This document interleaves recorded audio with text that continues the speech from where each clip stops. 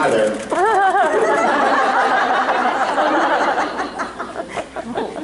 Hi.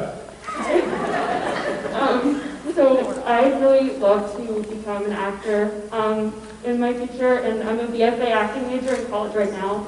And I've heard that there isn't necessarily a right or wrong way to go about being successful in the acting industry, but it seems to be things that really help. So what seems to be the things that really helped you guys out the most to get where you are now, and what kind of steps do you think I should take from here, in your professional opinion? Awesome. Congrats. Are you going to school here in North Carolina? Or are you? No, I'm an hour north of Atlanta at Painel University. Awesome. There's a lot of filming in Atlanta. It's not bad. Some of the things that I like to say when someone, whether it's a parent or a fellow actor, asks about this, is I say, you don't. First and foremost, you don't need to be in the acting industry to be an actor. You know, you can act when you go home tonight. You know, you can tell a story because it's about storytelling. It's about trying to communicate themes and feelings. And so if you want to be an actor, you already are an actor. And secondly, and this kind of can sound strange, but the more you learn who you are, the more I think you might be happy with your acting. Which is to say, you know, there are hundreds or thousands of actors who could have played Sam, who could have played Dean, who could have played Cass, who could have played John. There are. No, thank you. I wasn't fishing, but thank you. No, please go. No, but I'm serious. But I mean, I think.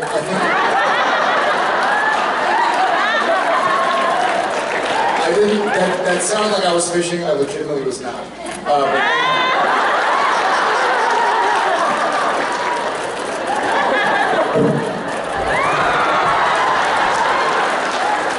So, there's something, if you... Oh, we got a live one here! If you played Sam Winchester for 327 episodes, it would be wonderful. It would be part you, part Sam. The way I played it is part me, part Sam. You know, part Jensen, part Dean. And so don't lose yourself. Get to know yourself, try and meet people from all walks of life, from all different cultures, all different beliefs, and you'll kind of figure out where you land and bring yourself as much as possible into the characters you play. Because there are a lot of people who can learn dialogue and show up on time, you know? But only you are you, as silly as that sounds. So try and bring as much you as possible to every character you play. That's my point. I'd say pay attention to those that have been there. And that's where you know, he and I didn't necessarily study this craft. So we had to kind of learn it on the job. And I remember picking out the people who I admired, not only their talent, but also their work ethic. And I tried to take notes and emulate that the best I could. You know, I had somebody tell me early on, if you're lucky enough to get a job and get on stage, get on set, be a sponge.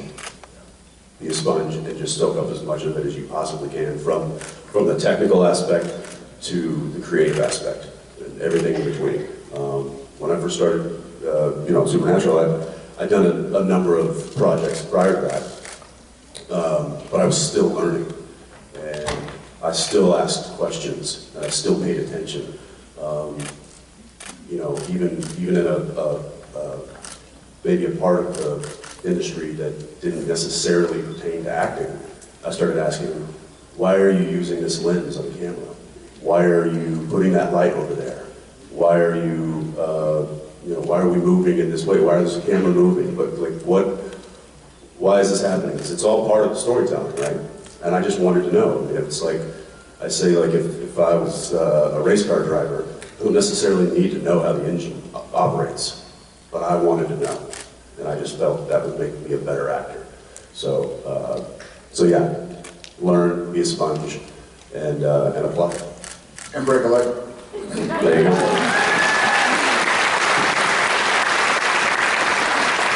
Hi. Hi guys, my name's Holly. I just want to say thank you so much for continuing to do these conventions. A world without seeing you guys would just be awful. Thank you. Ditto, by the way, thank y'all. My favorite times between the brothers are when they're in Baby and they know something really bad is going to happen, and then they sing a song. I was hoping you could sing one of your songs for us.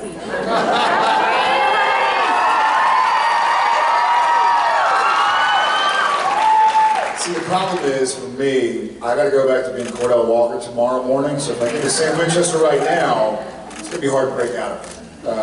Plus, I don't want to empty half the auditorium in ear pain. Ear pain? Oh, dude. Yeah, it's time. It's time. It's time. You're gonna need this. Yep. Okay, you ready? Yep.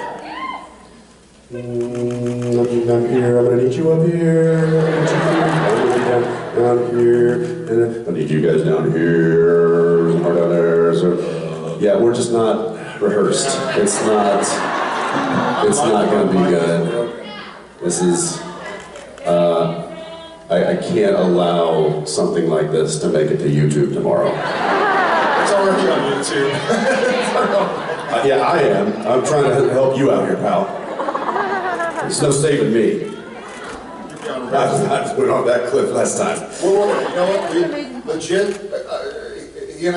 He gave me a look earlier that I knew meant you're going to do this, whether you like it or not. So we haven't had a chance to talk about what we're doing just yet, but we'll figure something out. We'll bring you some what do you call it? Content.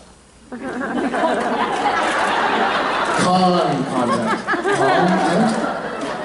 Some influencers in the wild. Yeah. Beware, do not feed them or pet them. Oh man, I was getting in the car like 2 days ago, and it was parked on the street, and I hopped in the car with Daniil, we hopped in, and we were going to pick up the kids from school, and and right on the sidewalk, walking towards us, was, I don't know, probably late teens, and I thought she was having a seizure, but then I realized that her phone was up here, and she was like,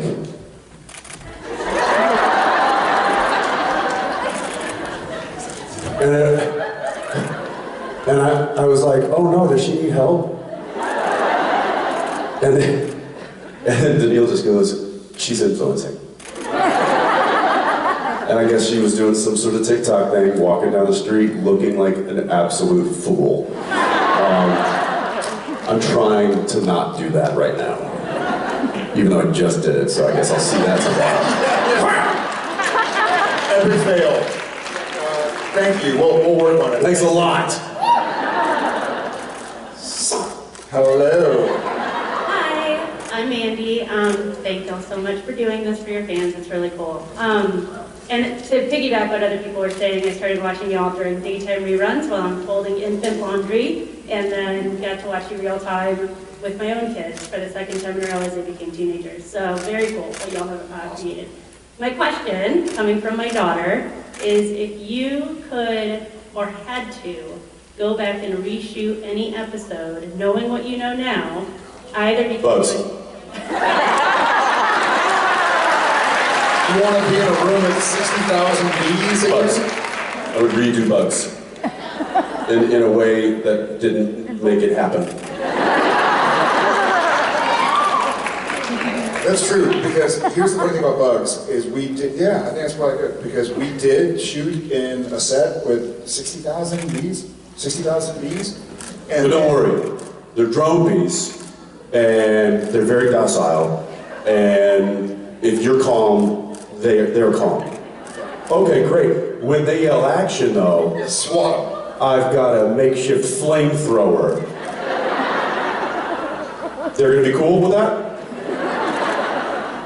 No kidding, the bee wrangler goes, oh.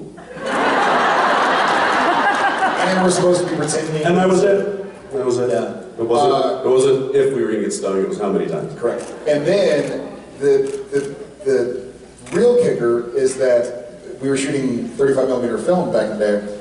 The bees were too small to be seen on camera, so they had to visual effect them in anyways. So we were in a room with 60,000 bees For no reason. For no reason. They ended up just using CGI anyways to put more bees in, so we're all like stung up. I remember like a month prior or 2 weeks prior, they brought, I guess the bee wrangler was set with a piece of mesh, like a 4x4 inch piece of mesh. I'm like, hey, we're here to do the allergy test. And I was like, all right. I think I was gonna like spit into a cup or something. And then he gets this long pair of tweezers out, grabs a bee, holds the mesh arm. I'm like, whoa, whoa, whoa, whoa, what are you doing? He's like, well, I'm gonna sting you. I'm gonna sting you. He's like, you're gonna sting me with a bee? He's like, yeah, we're gonna see if you're allergic. He's like, there's no way other than stinging me with a bee to see if I'm allergic to bee stings. Like, I don't like, he's like, I got an EpiPen and this and that. But he's like, I got a mesh, and I'm like, oh, okay, well, so how does that help me? You're like, well, it doesn't, it's for the bee. So the stinger doesn't fall out. But the stinger's gonna go in my arm? Uh-huh. Yeah. But the bee's gonna be totally cool? Uh-huh. What's gonna happen to me? That's what we're here to find out. I guess we'll see. I'll tell you in 5 minutes. Yeah. With the EpiPen, like staying there to make sure, yeah. So yeah, I think I'm gonna go with bees. Bugs, not bees. Thank you so much. Was that even the I answered very quickly. I'm actually whether you would replay something differently, and I guess that, but that's like you want to go back and relive that experience. It's and then because you it's all didn't gonna be do it. CGI as opposed to having actual bees. So we can shoot it and not get stung and not have mesh. Got it. And not actually be terrified for our lives while shooting. We're worried about the dialogue. I'll also say, the scream in Yellow Fever, that would have been nice to have back.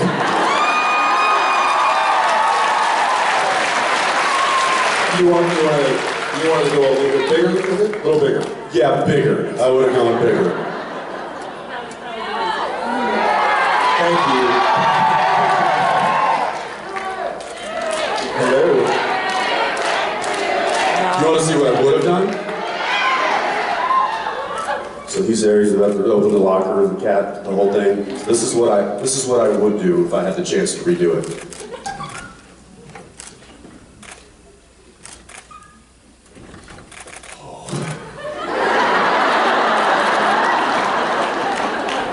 It's just a kitty cat. It's probably what I would have done, right? Yeah. Thank you. Hello. Oh, I had so many other things I wanted to say right there, but No, that's an inappropriate comment, so keep it as PG.